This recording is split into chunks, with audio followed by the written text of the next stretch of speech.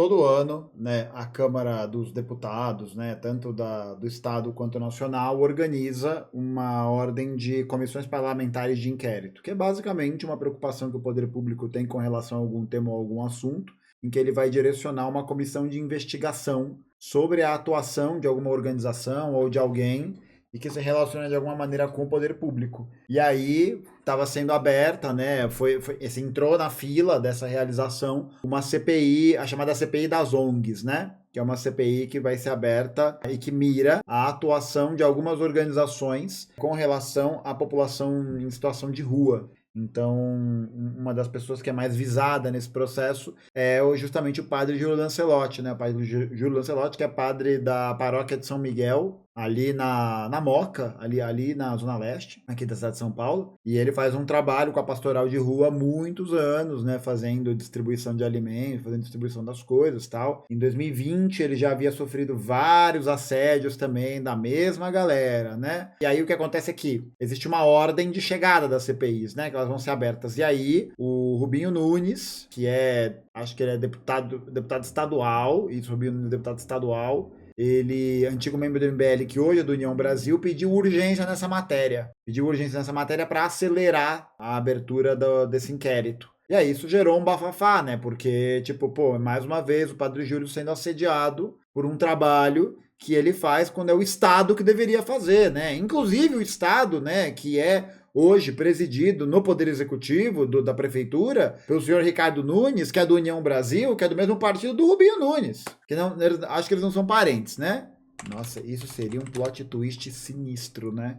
Não, perdão, errei. A gestão Ricardo Nunes é do MDB. É do MDB. Bem diferente mesmo. Bem diferente. Né? Era a coligação Todos por São Paulo. Era a coligação do Bruno Covas e do Ricardo Nunes. Que era PSDB, MDB, acho que é Podemos, né? Pode. PP, PSC, PL, Cidadania, DEM, PTC, PV e PROS. Hoje, o União Brasil é a fusão do DEM com o PSL. É a fusão do DEM com o PSL. Na época, o PSL lançou a candidatura da Joyce Hasselmann. Na época que a Joyce Hasselmann não era era de direita e hoje ela não é mais. Né? Pelo amor de Deus. E aí é isso, né? E aí ele já havia sofrido esse assédio em 2020 pelo Arthur Duval e por um outro cara lá, um desses deputados sargento ou coronel mostarda aí. E aí foi mó foda, né? Porque ele começou a sofrer várias ameaças na internet, assim, pesadas, assim. E aí na época até a gente fez um documentário, porque a gente foi registrar um dia de trabalho do padre ali na região da paróquia dele, pá. E aí foi foda, né? E eu acho que deixa muito evidente como essa é uma tática que visa ganhar muito a atenção de alguns setores, né? E ela vai investir justamente nesse tipo de pânico moral que existe muito forte em relação a esse medo, né? Que toma a população de São Paulo. Porque, mano, São Paulo, a situação está calamidade, velho. A situação está de calamidade. Sério. Você vai aqui no centro, tem muita gente em situação muito fodida. Tem muita gente fodida. Muita.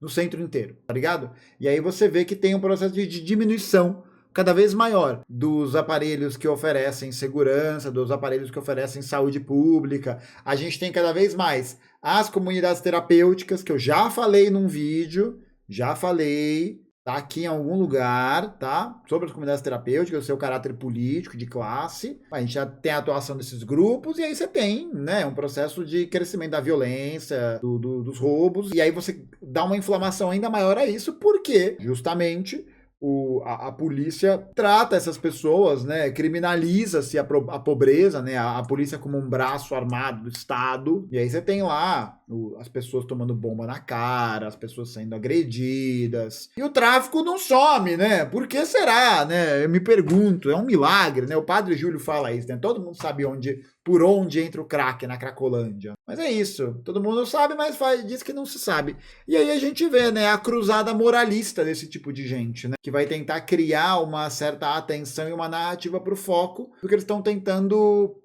conquistar, que é a hegemonia da linha política. Mas é muito engraçado, né? Porque esse mesmo tipo de moralismo, esse mesmo tipo de moralismo e esse mesmo tipo de indignação moral não aparece quando a gente vai analisar, por exemplo, o tipo de abordagem que se faz com relação a um suposto envolvimento de um grande influenciador, de uma pessoa notadamente de direita, notadamente defensor de qualquer coisa assim, com o abastecimento de substâncias que permitem a fabricação do crack. Então isso é muito interessante, porque aí dá pra gente observar que todo esse moralismo, ele nada mais é do que um lençol fantasmagórico, né? Ele é um lençol de um fantasma para poder viabilizar uma linha de um discurso político que, no final das contas, é um discurso político que serve à classe dominante. É um discurso político que serve à burguesia, que quer especular naquela região da Cracolândia com a compra dos imóveis, tá ligado? Que quer promover atividades cada vez maiores de desapropriação, que passa por um processo do quê? De você jogar o valor dos imóveis lá para baixo, depois você subir, você reurbanizar, você torná-los, você gentrificá-los. E aí você vai criando essas narrativas, né? Você vai criando essa substância que se transforma em nada, né? Num piscar de olhos. E não é surpreendente, né? Porque a gente vê que o trabalho que o Padre Júlio faz é um trabalho que é justamente um trabalho que existe pela carência do Estado nesses lugares. Então o Padre Júlio está sendo perseguido por um trabalho que o Estado nem sequer faz. E aí as pessoas ainda levantam, né, o movimento de acusação ao Padre Júlio ser comunista e tudo mais, não sei o quê. Gente, é um trabalho de caridade. É um trabalho de base de caridade. Que não tem um caráter socialista, que não tem um caráter comunista. Tá ligado? Ele é um trabalho importantíssimo. Ele é um trabalho importantíssimo. Importantíssimo. Mas é isso, é você criar um pânico moral para quê? Para você poder constituir essa figura do padre como padre comunista. Eu até vi um jornalista falando que estão chamando o Padre Júlio de comunista, né? De que comunista nem existe mais, que ele não existe mais. Não, então, é justamente por causa desse pânico moral que está sendo atrelada essa ideia para você poder fazer a equiparação de uma coisa com relação à outra. A gente tem um outro exemplo, né, de assédio jurídico que o MST sofreu no ano passado, né? Durante o ano todo. Lá o João Pedro Stedley sentando a bucha no Ricardo Salles. Tem vídeo aqui no canal também, bem bom, inclusive, bem bom, bem bom. Tem vídeo disso. Sabe? Por quê? Porque se visa criminalizar o movimento, criminalizar a organização. É você criar áreas de suspeita em relação a isso. Baseado em acusações que são, né? O Arthur Duval já declarou em podcast que ele recebeu vídeos, ele apurou com a perícia e a perícia disse que era verdadeira. Sabe? Um pouco estranho, né? Um pouco estranha essa história. Bem esquisita. Então, no final das contas, o que a gente tem é um movimento de mobilização de criminalização. E não é um ponto sem nó, né, gente? Não é um ponto sem nó, porque isso é uma tentativa de poder se alçar no lugar político de mais destaque. E a gente sabe, né, que não vai dar nada. Não vai dar nada. Ainda que, olha só, ainda que a gente possa até pensar que existam atividades feitas. Porque, na verdade, as atividades que essas ONGs realizam, a gente está falando principalmente dessas que prestam assistência e da Craco Resiste, que é uma outra organização também. Eu já participei uma vez de um evento, né? Não como convidado nem nada, só fui lá colar para prestigiar. No evento que a gente fez, a gente fez um pedaço ali na borda ali da Cracolândia e depois a gente foi para a Cracolândia, sabe? De tentar levar um pouco de arte, um pouco de coisas assim.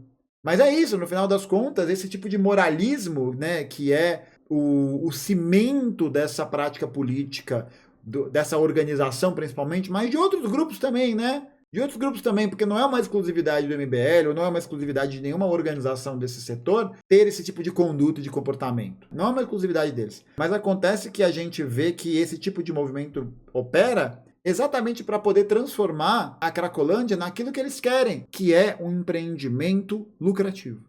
Um empreendimento que possa gerar lucratividade para os apoiadores desse projeto político, com a diminuição do preço dos imóveis, com a possibilidade de aumento do preço dos aluguéis, com a possibilidade de demolição de locais históricos e transformação daqueles prédios horrorosos, né, que são caixas de sapato com apartamentos de 27 metros quadrados cada um e que custam 400 mil reais, que custam R$500 mil, tá ligado? Que são comprados por um monte de grupo de imobiliária, de construtoras que alugam aqueles apartamentos, por um monte de gente que trabalha com a especulação imobiliária e com a especulação dos aluguéis. Isso para falar de uma parte, né? E tem outros setores diversos aí. Então, tipo, é isso. É um negócio que chega a ser covarde, né? Uma parada que beira a perversidade. Você fala, caralho, velho, é baixo, hein? é um negócio baixo, tipo, é baixo. E é isso, né? Os caras estão aí fazendo a luta por essa hegemonia nessa perspectiva mesmo. Porque isso atende a determinados interesses, dos quais esses grupos também fazem parte. Então acho que isso é muito importante, né? A gente entender que até mesmo, né, a CPI do MST,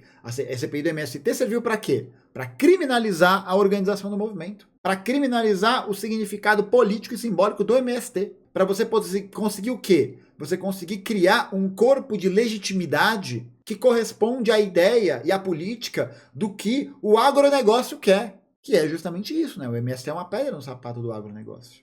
Ainda que a gente possa até dizer, né, que já foi mais pedra no sapato. Já foi mais pedra. Ainda é uma pedra, ligado? Ainda tem conflito por terra pra caralho no Brasil. Conflito por terra, né?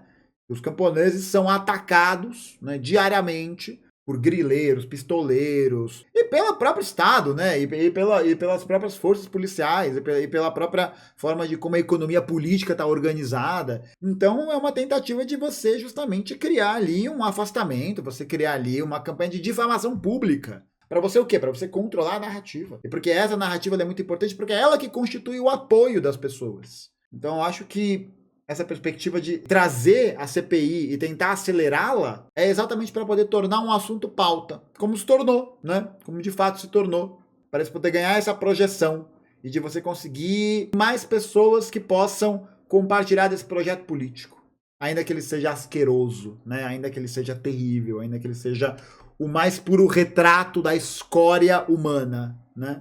Você consegue uma galera ali. A briga do MST seria por quantidade de terra? É, pela terra, né? Pelo controle dos recursos naturais, mas sobretudo também para poder aumentar a fronteira agrícola, aumentar a monocultura e conseguir aumentar também a possibilidade de exploração de todo aquele território. Muitos territórios, inclusive, né? Vale a pena ressaltar, muitos territórios, né? Eu estive agora na Chapada dos Veadeiros, a gente foi lá para o Quilombo de Calunga e durante o governo Bolsonaro houve um tipo de assédio aos moradores, à comunidade do Quilombo de Calunga muito grande, porque queriam entregar a terra. Mano, e a gente foi na cachoeira mais foda de lá, Cachoeira de Santa Bárbara. Depois dá uma procurada aí.